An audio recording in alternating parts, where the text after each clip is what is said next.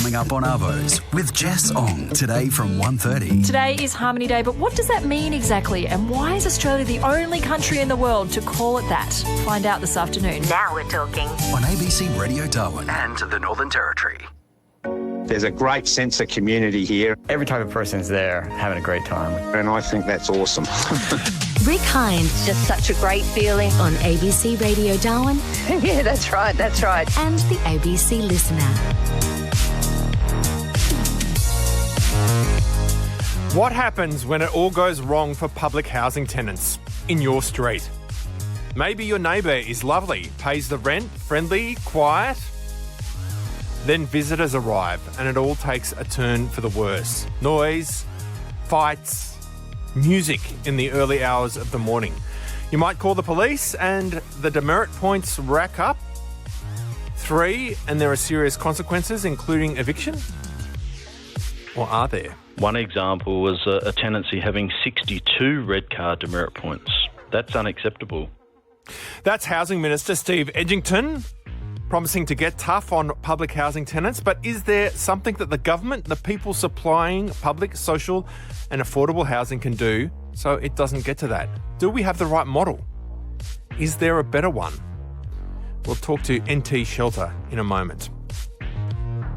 And closing the gap, what are the consequences when targets aren't met? Not just for governments, for the people, the children's lives that don't get the best start they can.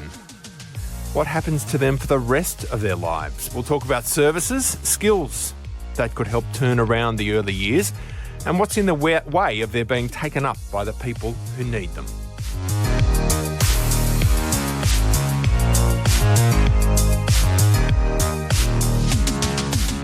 I've got an example of people being relocated to other houses after 158 reports of antisocial behaviour rather than being dealt with effectively. We can't be moving on problem tenants. We need to deal with the issues there and then on the spot. That's the Housing Minister, Steve Edgington, flagging changes to how the NT government will deal with problem tenants who engage in antisocial behaviour and don't pay their rent. He's described tenants who are tens of thousands of dollars in arrears and a shortfall of $39 million in unpaid rent across the Territory. Here he describes what the Territory government wants. We need to work with tenants to ensure that payment plans are put in place so that we can recover that money that's outstanding. And look, some of that money won't be recovered overnight, but what we want to ensure is that tenants are responsible and accountable for paying their rent just like everybody else across the Territory. Annie Taylor is the CEO of NT Shelter. Annie, good morning. Good morning. Thanks for having me. Annie, the minister's still talking about public housing tenants, but there's an umbrella term that the government uses now, even in its own stats, social and affordable housing. Can you explain to us briefly what that encompasses? Yeah, sure. So public housing is housing that's managed by the Department of Housing, but we also have social housing, which is largely managed by community housing providers, but also some homelessness services who might offer transitional housing or medium-term housing, which can come under that sort of broad terminology of social housing in the Northern Territory. But what's largely being discussed here is public housing. So you've got tenants who are acting up, loud fights, loud music. Steve Edgington suggesting the previous government was a light touch. But what can you do about that kind of situation before we get to trying to recover rental arrears and evicting people into homelessness? Well, what's important is that public housing needs to be sustainable. And a situation where a tenant has significant levels of debt to the department, that's not good for the department, but let's also remember that that's not good for the tenant at the core of this or the family at the core of this either, many of whom would be dealing with some quite complex issues there. So we would hope that any issues get raised with tenancy programs when they're solvable, when they're minor issues and before they progress to that crisis point.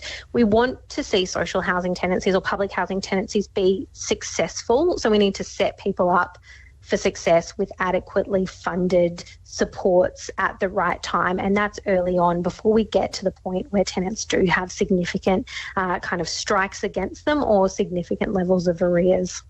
And has there been that support, providing those kind of services before people run into trouble?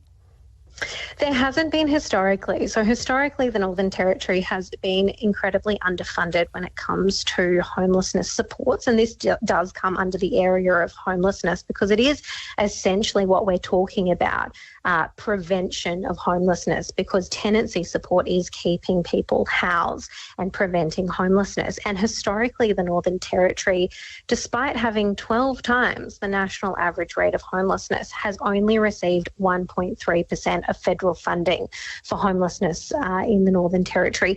All that changed last year after many, many years of advocacy, and we did see a 7-fold increase in funding for homelessness in the Northern Territory. So that's really promising. And what is happening now is that the programming as part of that funding is going through a commissioning process, and we'll hopefully see that hitting the ground very shortly. But what that will mean is that we'll have adequate funding for tenancy support programs that can step in early and intervene, and that's what's really important to support people to maintain a tenancy. What about a situation where a neighbour of mine, is a model tenant, but she has family who come in and muck up? What can you do in that situation to stop that from happening? Because that affects that tenant as well as their neighbours. Absolutely, and that's not an unusual situation. You know, I think we all are quite familiar in the Northern Territory with kind of what we call visitor issues, and the reality is that we just simply do not have enough social and affordable housing across the Northern Territory to meet the demand, and so that does cause the movement of people, and it does cause severe overcrowding, and sometimes it does cause visitor issues as well. And we don't want to see public housing tenancies be put at risk because of visitor issues. So I think it's about, probably supporting those visitors. There's conversations that can be had, particularly at that point where we've now got that new funding to say, okay, what sort of innovation can we look at here to actually engage with those people who are visiting a premises and say to them, hey, how can we support you to find short stay accommodation? Maybe the best place for you isn't at this dwelling, but at the same time, people have the right to mobility, and tenants have the right to have visitors stay with them, but it's about making sure that that's not disruptive to their tenancy. You're listening to 105.7 ABC Radio Darwin. Rick Hind with you. Annie Taylor is the CEO of NT Shelter. What about social and affordable housing that's standing empty? There are several in my immediate neighbourhood, an average of 146 days. That sounds pretty short because these would be blowing the average, standing empty for long periods of time. How can we speed that up? Yeah, look, we don't want to see any sort of public housing being offline for a long period of time in the Northern Territory, and it is taking the Northern Territory government 146 days to turn around vacant housing dwellings at the moment. And we've also just got declining urban housing stock in the Northern Territory. And what we're seeing is over 5,000 applicants as of today on the public housing wait list, or the social housing wait list, I should say, in the Northern Territory. So we've got Territorians waiting for longer for social housing here in the Northern Territory. So that does need to be sped up. The NT government has a strategy to transfer stock to community housing providers. It's called the NT Community Housing Growth Strategy. And so the government has committed to stock transfers. And what we want to see is that more public housing stock sits with these not-for-profit community housing providers, because they actually have to turn around stock in a much quicker time frame because they can't afford to have it offline and vacant for extended periods of time, and they also can't afford to let tenancies suffer when and accumulate arrears. So they tend to jump on issues when they're solvable and work with the sector to find solutions. So these community housing providers, non-profits, we've talked to a fair few of them, they're building new housing apart from anything else. How do they do it differently? Well, there are a few ways. They're much closer to the sector. They're mission-based, not-for-profits, and because they're, they work within the communities, they know the communities really well, they're just able to jump on issues faster. They're also able to attract Commonwealth rent assistance, which they can leverage.